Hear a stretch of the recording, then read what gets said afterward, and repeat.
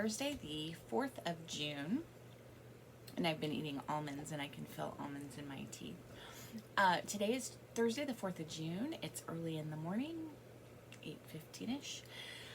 I've been up since 5, put away dishes, work is done, and, well, work is done for now. There will be more work to do later.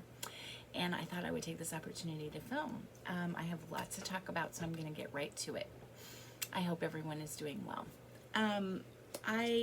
Let's start with the Trucking Along giveaway. This was a chart that I bought more than one of, which I seem to be doing a lot lately. I think it's just a general lack of, not so much organization, because my charts are very well organized on an Excel spreadsheet, but I think it has more to do with me just not looking at the Excel spreadsheet, not referencing my resources. So anyway, this is a brand new chart, never been opened, and this week, Connie P. Connie, you win.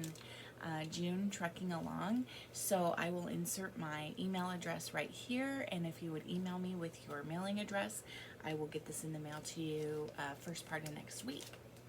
For our giveaway for next week, or in a couple weeks, whenever I film the next time, you guys are gonna crack up about this. I don't even know. I don't even know how this happened, but a third copy of Noel Sampler has surfaced. I think that I found a group of charts that I had gotten in the mail. It's probably been, I don't even know how long ago, long time ago. And we were in the process of painting, I believe, our kitchen and our family room. So this has been quite a while ago. Anyway, when this group of charts came in, they were sitting on the kitchen table, whoever had brought the mail in, and I put them away in a cabinet in the family room. I have no idea why. We were probably getting ready to have someone over for dinner or whatever, and I have this really, really bad habit of like shoving crafts in drawers and cabinets when people are coming over for dinner, because typically I have things all over the house. I mean, they're not messy, but they're just everywhere, and in every room and whatever. So I found this with a group of charts, brand new charts. So copy number 3 of Noel Sampler. If you are interested, this one doesn't come with anything. It's just the chart. If you are interested, would you comment something about stitching Christmas in the summer? I don't typically stitch a lot of Christmas in the summer, although I do remember one time when the kids were really tiny working on an embroidered quilt that had snowmen, and I remember working on that. We used to have a swimming pool, and I remember working on that when the kids would be outside, and I had to be with them. They were tiny, and I can remember working on those snowmen in the middle of, hot July or whatever, and that being kind of fun. This year, I'm kind of planning to do Jolly July. I would really like to get my Christmas ornaments wrapped up, or a good portion of them wrapped up, by the end of July. And I typically make 4 or 5, one for each of the kids, and then 1 or 2 for me. And so I was thinking if I did, I haven't really looked at July yet, but I was thinking if I did 1 ornament a week, I could get, have at least my major ornaments work, finished up, and then maybe even a start on some others that I would like to make. So if you're interested in a copy of Noel Sampler, please comment below something about working on Christmas in the summer, in the hot of summer. And Connie P, let me know your address and I'll get that in the mail to you. Okay, I have some finishes. Okay, so last Thursday, Friday, Saturday, it was our neighborhood yard sale, and we did not participate in it in as much as we didn't have things to sell.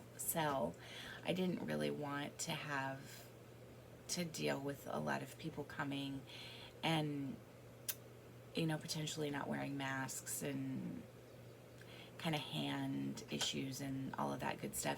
But we did don our masks early Thursday morning, the kids and I, and we did go garage selling. There were only about 12 homes.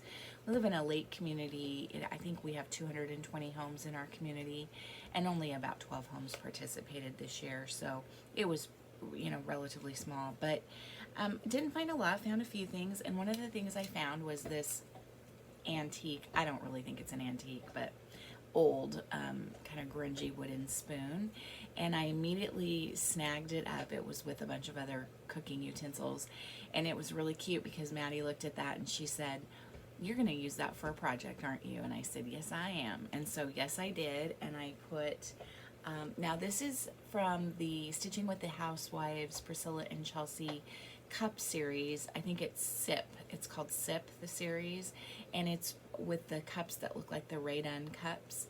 But someone else on Instagram, and I don't remember who it was, and now several people have done it, but it didn't do the, so the original chart was the cup with the house and the two chicks. The house was in the cup, and then the two chicks were on the ground next to the cup. But someone else stitched it without the cup, and I thought that was really, really, really cute. And so I had been stitching it up, and I knew it would fit in here just fine. I have this attached with magnets, and so I can actually do more. I think I'll probably leave this up for June and July, and then in August I should be able to put something sunflowery up here for that.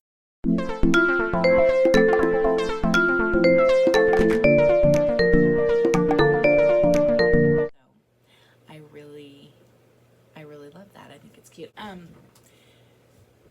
Just a simple red bow, a little bit of, I don't even know what you call this, fuzzy stuff from Lady Dot Creates, and some buttons. And yeah, I thought it looked really cute. The reason for the buttons is that I had a smaller piece of fabric for this. It was narrow and long, and when I decided not to do the cup, I flipped it, but I started this too close to the bottom of the fabric, and there was a lot of wasted space here at the top. And so in order to have it fit in the circle, I had to have sort of a lot of empty space, negative space up here at the top, and so I added the buttons and then added them on the bottom so that it would look like it was halfway, you know, intentional. Anyway, I think it's cute. I'm excited to be able to switch it out, you know, all the way. I mean, I could leave the spoon up year round. It's next to one of my calendars in the kitchen, and I think it looks really, really cute.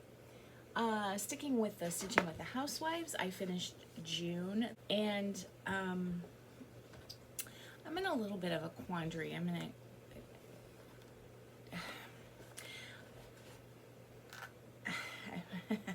trying to find my words here. Speak. I'm in a little bit of a quandary about Hobby Lobby. I know that I love Hobby Lobby. I in the past have found a lot of things there, and I know that there are always many, many, many sides to every story. However, and I know that there have been some controversial things about Hobby Lobby in the past, and I've actually probably 8 or 9 years ago had a really, really bad experience at our local Hobby Lobby with a particular manager, and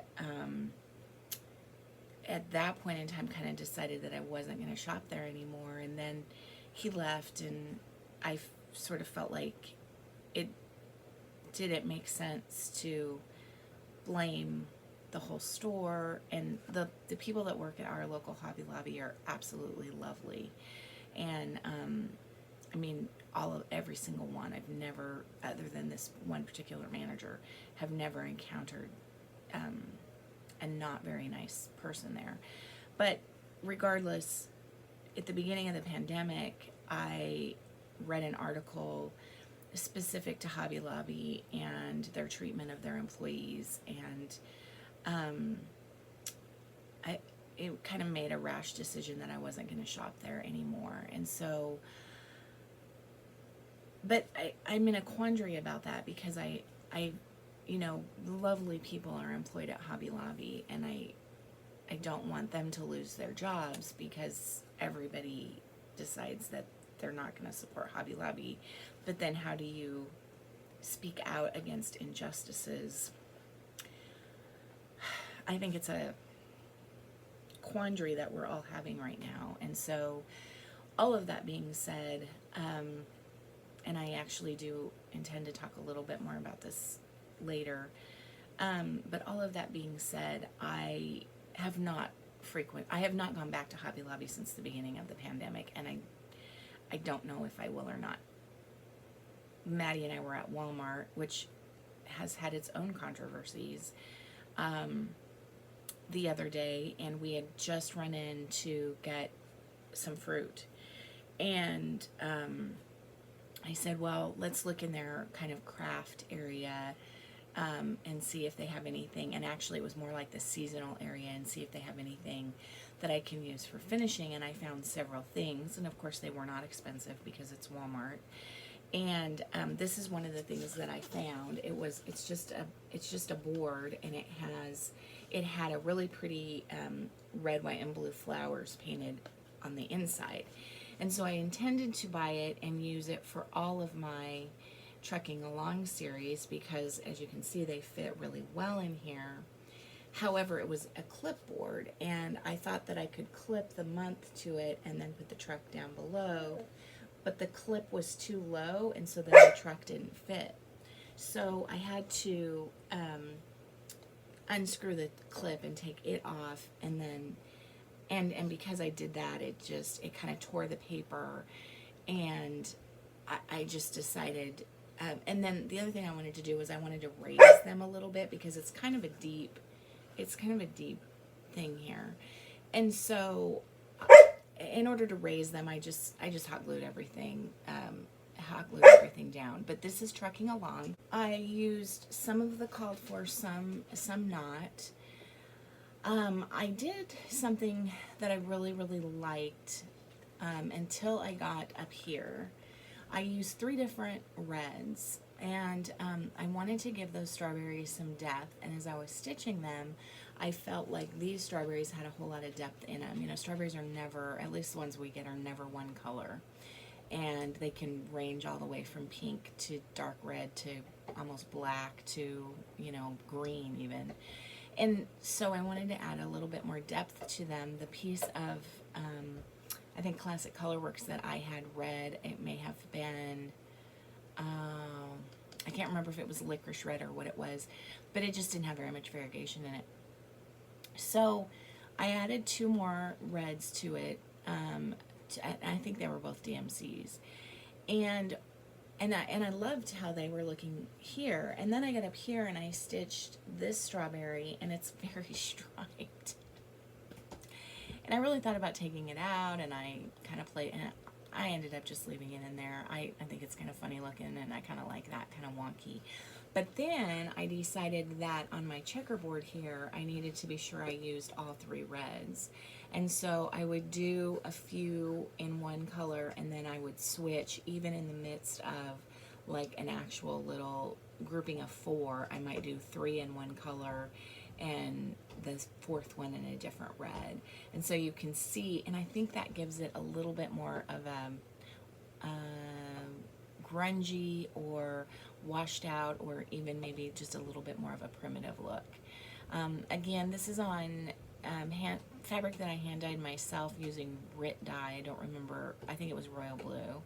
I'm not 100% sure about that. And then I may have, I can't remember if I coffee tea dyed it afterwards or grunged it up with another color or whatever, but I'm really pleased. I put a piece of, just double mounted this with a piece of woven hand spun fabric on the back or underneath, and then yeah, and then I added same fabric, a torn bow. You can't see, but I love the little button at the top. And I thought these looked like the little flowers. They were just some flowers I had in my stash. I thought they looked like the little flowers that bloom on a strawberry plant. So I added those. So I actually had planned to hang this downstairs in the dining room, or not the dining room, in kind of our little eat-in kitchen. And I really didn't have a spot for it down there, so I actually have this hanging in my office, which I kind of like because it's kind of, it's fun. I can look at it every day. You can see the blank spot on the wall where I put the nail in the other day. Another finish was Rise and Shine, and this was another little canister. This is the actual lid for it. I have this hanging off the side when it's on display. Rise and Shine without the words. It comes with 2 charts. One has 2 chickens and a flag, and this one had the house and the chicken and the flag. I think everything except for the blue is in the called for. Oh, I think this green is not in the called for. I actually think this green is a silk, and I can't, not MPI, but I can't remember what which silk it is. But anyway, and then the little chicken, and then I left the border off because originally I was going to frame it, and I had just watched Pam stitching between the lines, and she talked about when she is doing her own framing, she does not put the border on. And so I thought, yep, I'm gonna frame it, and I'm gonna not put the border on. But then that sun looks kind of funky because he's you know, instead of the border coming right across and down, he's just kind of hanging out there, a little triangle sun. But creative license, whatever. Well, then I was looking at different frames I had, and I saw this, and I thought, ooh, it'd be kind of fun to put this on there and just tie it, and then I can always frame it at a later date. And so I just attached a piece of chicken wire type fabric and tied it to the back, which you really can't even see. I didn't have very much of this fabric. It was a strip that I had used in a binding of a quilt a long time ago, and so that's all I had. I couldn't even tie a bow with it. But and then I threw these flowers in, and they were loosey-goosey and falling all over the place, so I put some batting, some cluster fiber fill in there, and then the flowers kind of sit in that very nicely. And so that is, and I have a grouping of chickens. If I have a picture on my phone, I'll insert it here.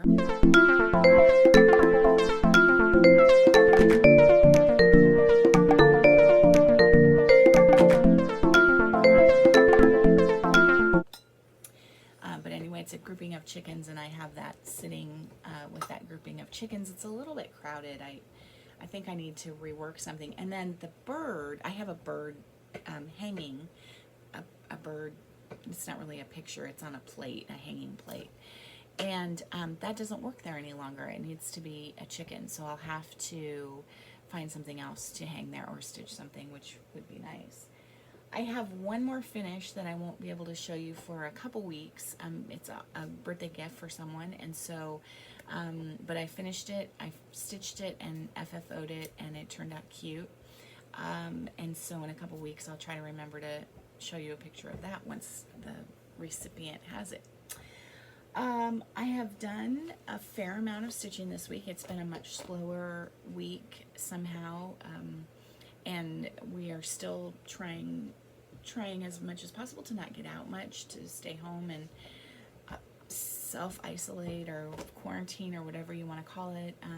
Try just to go to the grocery store, and occasionally we've had to go to the Menards or the Home Depot for different things. Our refrigerator had to be replaced, so we did a bunch of online research and then went and bought a refrigerator. It was pretty funny because we researched it for several weeks, and it's still working. Our fridge, it's about 14 years old. It's still working, but the shelves have broken.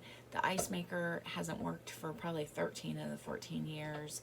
It's one of those things that's like, it's just time. And so, but there's a wide variety of refrigerators that you can get, and you can spend under $1,000 all the way up to $8,000, at least around here. And so we got a very middle of the road one, but we did the research, and we kept looking online, and reading reviews and all of that good stuff. And so when we went actually into the store, we were only in the store for about 5 minutes, and we said, this is one, and he was like, okay. and it took him longer to ring us up than it did to actually pick the fridge, and so that was kind of nice. So other than that, we really have not been, you know, getting out. We have been walking, which is nice, but it's gotten hot, so I knew we would go from a very, very cool spring to the heat of summer. So I had a new start, and I joked with several people that this was my life's work in ruins. I saw this on, oh, I can't even remember, probably Priscilla and Chelsea, but I think someone else also showed it, and immediately wanted it, and ordered it up, and but did not have it kitted. I think maybe just kitted with the, no, I didn't have it kitted. And that was really a mistake, because anyway, it's Plum Street Samplers, Liberty Lodge, and I love everything about this. I love the giant house. It's actually not that big. It's only 116 by 84. I love the giant house. I love the border. And of course I love the little red truck. I think that's just too cute. So I have started this over now 3 times, and I started it on one fabric, and it was not working. Just a piece of fabric in my stash. It wasn't working. I had almost the whole truck stitched. I took the truck out. I didn't have it almost completely stitched. I had it completely outlined and had the wheels on it, and took it out and said nope.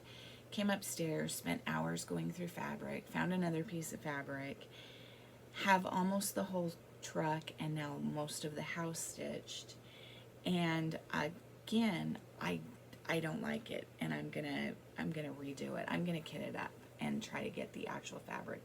So this is what it looks like. My thought on this was, this fabric, it calls for 36 count heritage, and I did want to do this on a 36 count because it's all fancy floss. It's not that much floss, but it's all fancy floss. And it's, you know, if you do it on 32 count, then I like to do 2 over 2 on 32, and then you really use up your fancy floss, and I didn't know if I'd have enough. I guess I did order from Julie some of the fancy flosses, but I think she was out of quite a few. So, but I did it on that gray because it's kind of on a pale gray, and I thought, well, this is a gray, and it'll look good on here, and I don't care for it. I also do not care for the red that I'm using in that truck. I think it's too pink. So it calls for Classic Colorworks used brick for part of it, and then I think it's currant, and I did have the currant. But my red brick, am I using red brick? I can't even remember now what I'm doing. No, I didn't have, is it red brick? Used brick. I didn't have used brick. I had barn door, and I thought barn door would work and just be a really washed out red, but it's too pink, and I think it makes the truck look too pink. But you know, this was a case of, I started stitching it, I wasn't super happy, and I kept going, and I was like, I'm gonna make this work, I'm gonna make this work. And then I get, you know, 3/4 or more of the truck done and decide I hate it. I don't like it. It doesn't look like this truck. So I need to figure out if I can find used brick somewhere, and I don't know.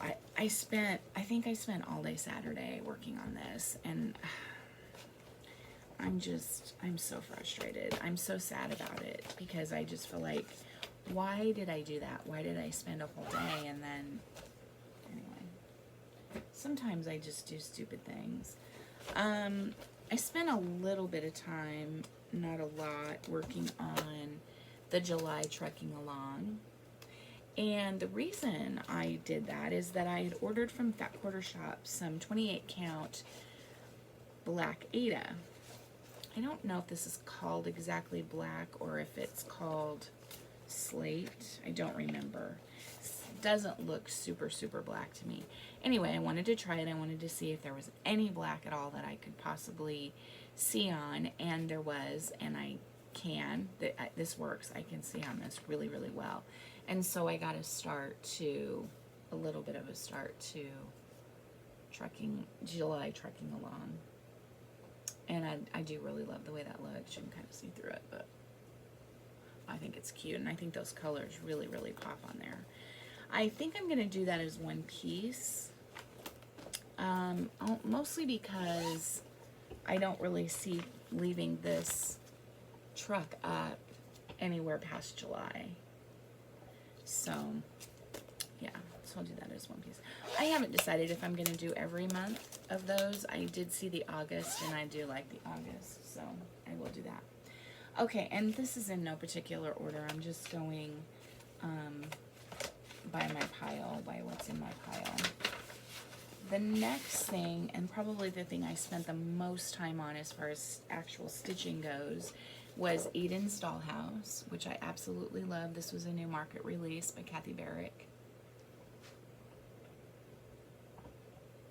I love it. I kitted this up in, I think, pretty much everything except for maybe one thing is not the called for because I couldn't find it, but I think pretty much everything else is. And this is being done on a piece of vintage country mocha. Let me see if I can put something behind this so that I have some parked threads on here because those snakes are... Now, take a look at the picture. So, the house is full coverage. You stitch all the little motifs in the house and then you fill it in with two different colors of black that you can either do one strand, one of each strand. This is 2/2 on 32. You can either do 2 strands of one color and stitch it and then go 2 strands of another color and stitch, or you can combine them, and I'm doing both, so just kind of whatever floats my boat. It's supposed to give it a really modelly look. However, even in the picture it doesn't look super modeled. The blacks are kind of similar. They are, so these are my colors. I love this so much. This is, I don't know what I love about it. I think it's funny and clever and interesting, and I've shown it to several people and they're like, I don't get it. I think she just came up with this. So it's Raven and Onyx are the 2 blacks that I'm using. But at any rate, I am here. And so what I've kind of started doing is doing a motif and then doing some black fill. And then doing a motif and doing some black fill so that I don't get finished and have it all be, have to just only have the background left to do in the bottom. So I think it's so cute. I think it's so funny. I'm parking this little snake. As you can see, you do a few of autumn, I think it's autumn leaves, and then you do the blue, and then you do, so I'm just parking as I go so that I'm not having to constantly, start fresh.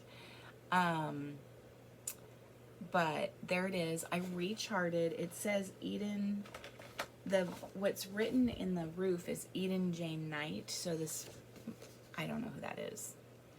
But that's why it's called Eden's Dollhouse. And so I just put my name in there. I've talked about this before. I'm adopted, and I didn't know either of my adopted parents' grandmothers. They both passed away. One passed away the year I was born, and then another one passed away before I was born. And I did meet my biological grandmother when I was an adult, and we were actually fairly close, but I don't know. So I just charted my name in there with my middle initial, just mostly because it fit. I don't know. I just didn't want to put Eden Jane Knight in there. But I think this is so fun. And you can see it's pretty small. So anyway, I've had a hard time putting this down. And I really would like to finish it this week. And I think it's doable. Okay, one last thing, and I can show this because this person does not watch my videos, does not know I make videos.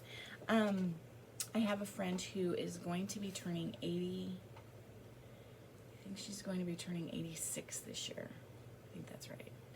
And you could look at her and you would not think she was a day over, probably 70, maybe even 65. I mean, she looks fantastic. She's sharp as a whip. She is funny. She is active. She's just amazing. We met and then found out that she actually went to high school with my father-in-law. She was several years older than him, but her sister was a year younger than my father-in-law, and she ended up marrying my father-in-law's best friend. Anyway, so it's just lots of interesting things.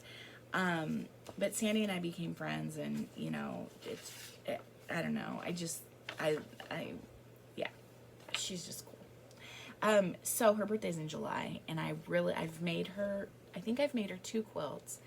I made her several years ago a big rug, and that she just loved. I mean, it's so fun to make things for people when they're super, super appreciative. And I do know for a fact, because several other people have told me, that every time they have someone over to their house, she's like, "Did you see the rug that Kathleen made for me?" So, anyway, I wanted to do a cross stitch for her. I think I've made her a couple ornaments, but not really anything big. And so from the book, the Blackbird Design book, Our Lasting Friendship, I loved this saying, which is, "May this be a token of our lasting friendship." And then I wanted to pull in a couple of other motifs, and then put our initials on either side. And so I think what I was planning to do, now I have to think about it, I'm just on the words right now. I think my plan was to stitch the words and then stitch the house. No, I think I plan to do some flowers, and I don't know. Oh, I think the words, this maybe, and then our initials on either side. And so anyway, I started this, and none of the called for, just what I have. And Maddie thinks this works. She helped me pick out floss. I'm actually using all Gloriana silks, and these are my colors. Very prim, except for this pink. This pink is actually a Victoria motto.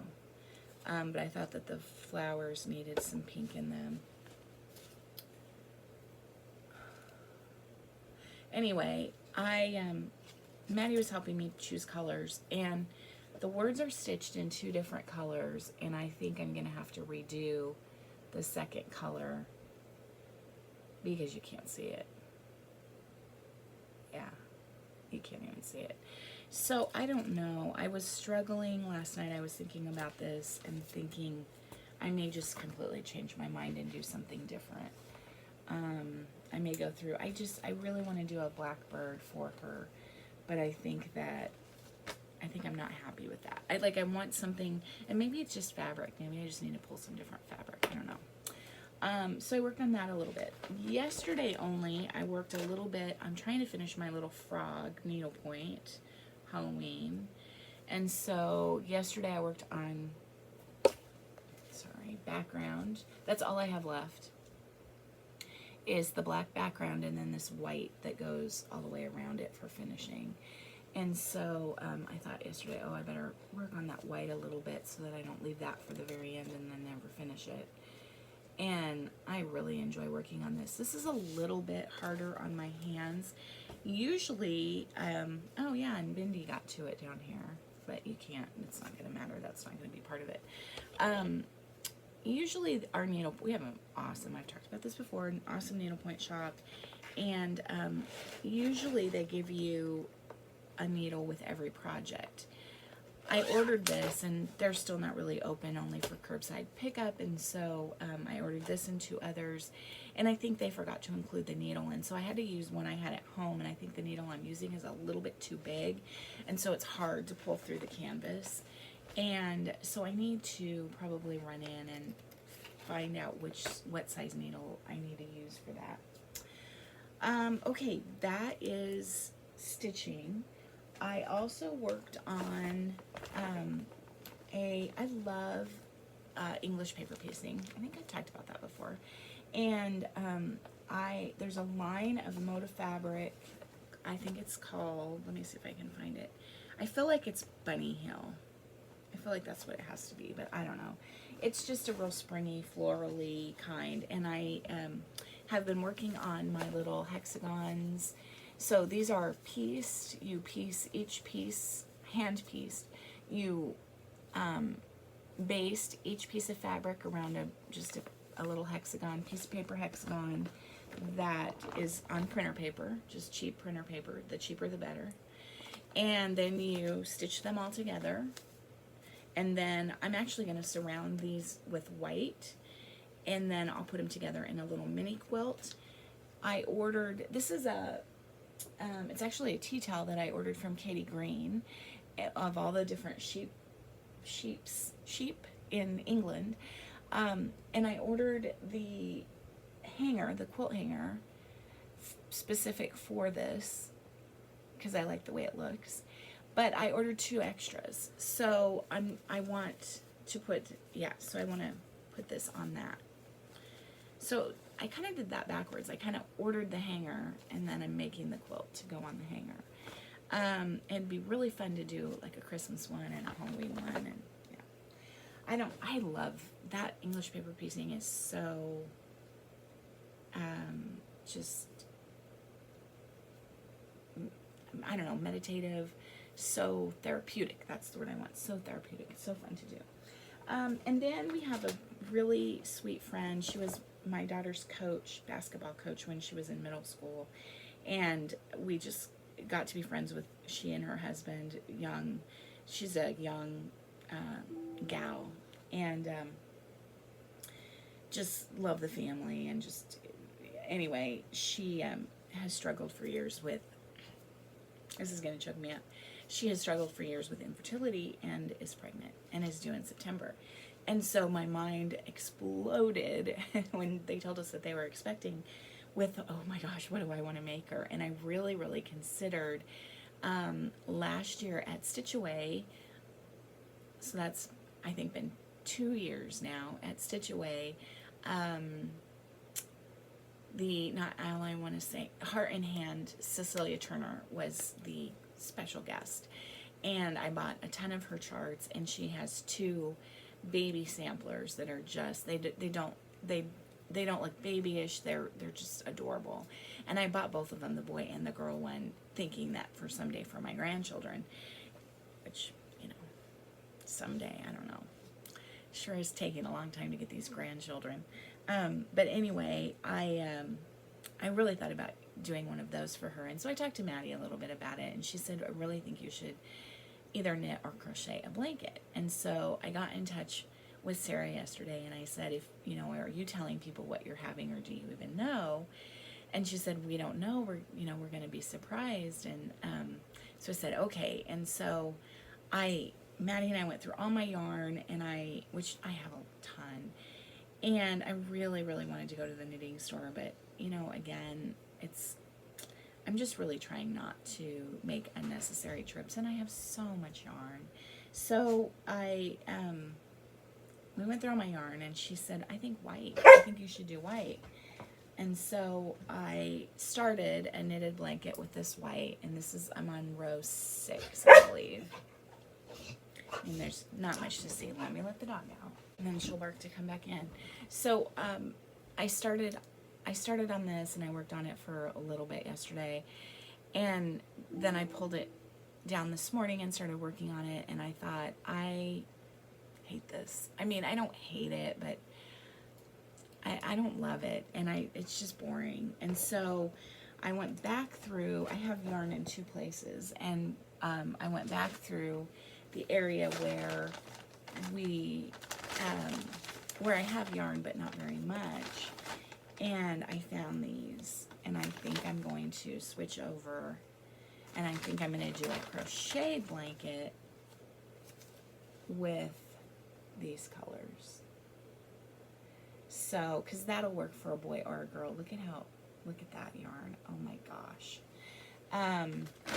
So these were actually supposed to be for 2 different shawls for me, but I think I'm going to use that. So I think I'm going to do that. Okay, that is the extent, I think, of my crafting this week. I have been reading. I am currently reading, I don't know where my phone is, it's somewhere. I'm currently reading a Kindle Unlimited book called I think it's called When We Believed in Mermaids. It's very good. It's kind of a mystery, kind of not. Part of it takes place in Southern California and part of it takes place in Australia, and so the ocean descriptions and scenes are amazing. And it's kind of a fluff book, but yet it's a little bit heavy as well. And then I have to look this up. I was watching Ingeborg yesterday, and I haven't watched a ton of Floss Tube lately, but I was kind of trying to get caught up, and she recommended a book. Let me see where it is. Okay, so Ingeborg recommended a book called White Fragility: Why It's So Hard for White People to Talk About Racism by Robin DiAngelo. And so I ordered that, and I'm excited to start that. Excited's probably not the right word. I see that this book is also on the list of 7 books about racism every adult should read right now. So I know that this is a video about stitching and crafting, and if you're not interested in what I have to say, feel free to end it now. I just wanted to make a couple of really, really quick comments. I was raised in a partially Hispanic household, and I've talked about this before, with a father who was 3rd generation Spaniard American and a mom who was German and Irish, and I was adopted, and so I looked like no one in my family. All my brothers and sisters were very Hispanic looking, dark skinned, and I of course looked like this, and had, you know, dark hair but not black hair and whatever, but I had this Hispanic last name, and I through the years watched my father have some, and grew up in Denver, Colorado, which is a fairly diverse city, but you know, through the years growing up in the 70s and 80s, saw a little bit of racism towards Hispanics, and it was mostly the fact that everybody assumed my dad was Mexican from Mexico. He spoke fluent Spanish, but also spoke fluent English with no accent. And he was born and raised in Southern Colorado. So, you know, there were a couple times when I heard him call things, he had an altercation once, and I heard a man call him a horrible name that is aimed at Mexicans. And my father was, a great man, but very flawed, like all of us are. And he was extremely prejudiced, not against black people, but against Mexicans, because he was always being, and not as an excuse, but just, you know, different generation. And so I had a lot of Mexican friends growing up in the area where I grew up, and it bothered me that my dad was fairly prejudiced against Mexicans. And not that he would ever say anything to them or treat them different, but I just knew, you know, in the household that there was some prejudice there. And I really did not grow up around any black people. I just lived in a different part of town, and so I've had, and then I worked in high school at a Taco Bell restaurant. That was my very first job, because you could work there when you were 15. And I worked at a Taco Bell restaurant in the very Hispanic part of town, and there were a lot of Mexicans, and also people from like Cuba and different parts of Central and South America, and and I was a little bit treated differently because I was white, and I had lots of people ask me, why is Salazar your last name? Why do you have that last name? You're not Mexican, you're not Hispanic, you're not Latino, whatever. But it wasn't like, it was just words, and most of it wasn't even terribly mean, it just was. And my biggest issue was that I just didn't look like anybody in my family, and I hated that. And I couldn't wait to have children because I wanted someone to look like me, and none of my children really look like me, so whatever. So I think I have a lot to learn about racism, and I've been watching a lot of videos, and my son Ryan is very, he's 21, and he's very passionate about social causes, and he goes to school. He goes to a huge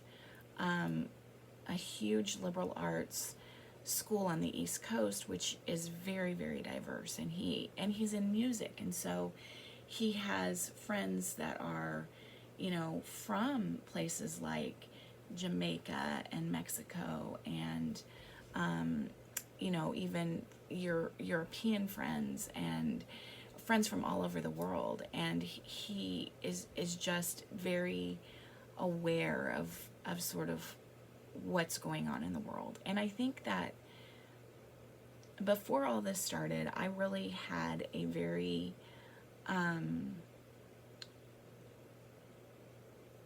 naive view of racism. I believe that there are racists, but I didn't think there were very many. And now I think maybe there are a lot more than I originally thought, but I think more than anything, there's just a lot of ignorance and a lot of kind of putting our heads in the sand and not wanting to deal.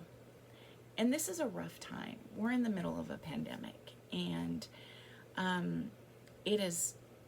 a pandemic is traumatic, and it is triggering, and it is difficult, and being quarantined and not being able to buy things like toilet paper and losing our jobs, and there's any number of horrible things that are going on as a result of the pandemic. And here's the deal. I was saying at the beginning of this, we're all in the same boat. Well, no, we're not all in the same boat. We're all adrift, but my boat may look very different from your boat, and your boat may look very different from someone else's boat. And so I think that, everyone is sort of heightened in their emotions and their feelings and whatever, and we're so busy worrying about that I think it's easy to sort of let other things that are equally important go. So I don't know. I don't have an answer. I don't know what the answer is. And I'm going to start with that book and potentially read lots of other. We've had lots of conversations with our son, and he actually wanted to go protest the other day, and we had a shooting the first or second night of the protests in Omaha. A man was shot and killed. A protester was shot and killed, not by the police, but there was violence, there was looting, not to the extent that there have been in big cities, but enough. Businesses have shut down all week. The day that Maddie and I got the stuff at Walmart for finishing, it was 1 o'clock in the afternoon, and Walmart was announcing that they were closing their doors, and they were barricading all their doors up, and we live in West Omaha, which is like, suburbia central, and there was a lot of talk about the riots coming to West Omaha, and so it's affecting everyone. I mean, it's affecting everyone, and it's and someone's life should affect everyone. So for as much as I sometimes just want to not think about it and bury my head in the sand, I also feel like I need to come out of the ignorance of that I'm living in, of just not knowing and understanding what someone else may be experiencing in their life, and get to a place where I can some way, somehow help. Ryan wanted to go protest, and we forbade him to do it, and I don't know if that was right or wrong. He's very mad at us that it got so bad. We've never had an issue with our son. He's a great kid. He is respectful and kind, and he was so angry with us that he kind of said, I'm 21, I can do what I want. I've never heard those words out of his mouth, and I was so scared, because this was the day after the young man had been shot and killed, that I said, we're done with paying for your college. And he said, Mom, that is so low. And I said, I need to do whatever I can to protect you. And so then we've been talking the rest of the week, like, how do you make a difference? How do you help change what's happening in the world? And I was trying to explain to him that I think he has a way to help change while he's alive, and that taking the chance, and I know it's probably a slim chance that he would be killed, but taking the chance and taking such a high risk could eliminate his opportunity to really, really make a significant change in the world. And he's a music education major, and he wants to teach high school band. And this has been his dream since he was probably in 6th or 7th grade. And I said, go teach at an inner city school and have that be your opportunity to make a change. And I don't even know if that's the right answer. I don't know. So, but we have to keep learning and understanding and figuring it out. I think that's the only chance we have, right? We also watched, which I had seen in the theaters, my husband and I had seen in the theaters this last fall, but last night we watched the movie Jojo Rabbit. I had no desire to see this movie. I didn't understand what it was about originally back in the fall. It is probably my favorite movie of all time. It's a dark comedy-ish, satire-ish, about a young German Nazi, 10-year-old German Nazi at the end of the war, and his experience with Nazi youth and his own family. And it is such a compelling and cleverly done movie where you laugh and you cry all in the same breath, and it makes you think about so many things. And it was so timely. Brian got it, on Netflix for the kids to watch and us to watch again. And I said, my birthday's in a few weeks. I want this movie for my birthday. I want it in my collection.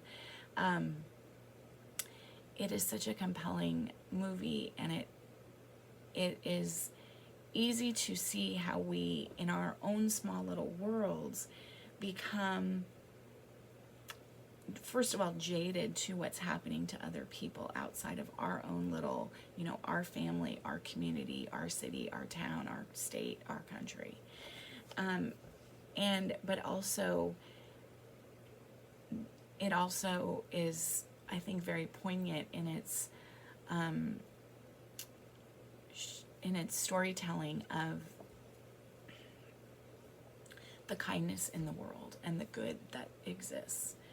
And so I would just, if I could say anything, I would encourage you to keep reading or start, keep watching, keep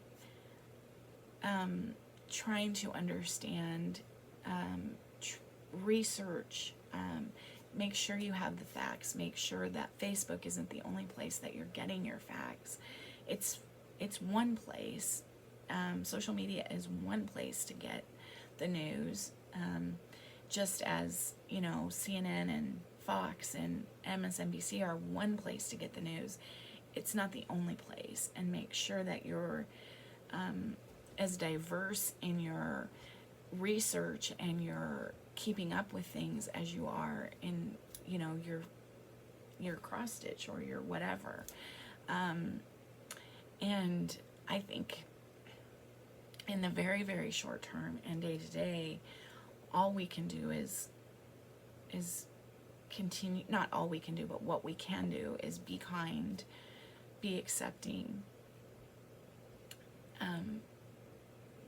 and you know, being kind isn't just face to face, it's on social media, in comments, in whatever, going back to those simple, you know, if you can't say something nice, just hold your tongue.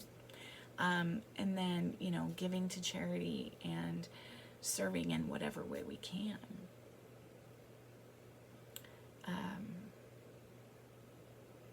Yeah, I think that's it. That's a lot. That's good enough for now. It's not, but it's what I have right now. I hope that you're all doing well. I hope you're getting lots of stitching in. I hope it's therapeutic and relaxing and enjoyable and brings joy. I hope the sun is shining. I really hope it's not too hot. It's getting really warm here. 90s are, ugh, but it's okay. It's summer. We were watching something last night. I can't remember, after Jojo Rabbit, and it was Christmas, and I said, okay, now I'm ready for Christmas. And my family left. Really, I honestly could decorate for Halloween right now. That would make me very happy. Anyway, that's it, guys. Have a great day, and hopefully we'll talk to you soon. Take care.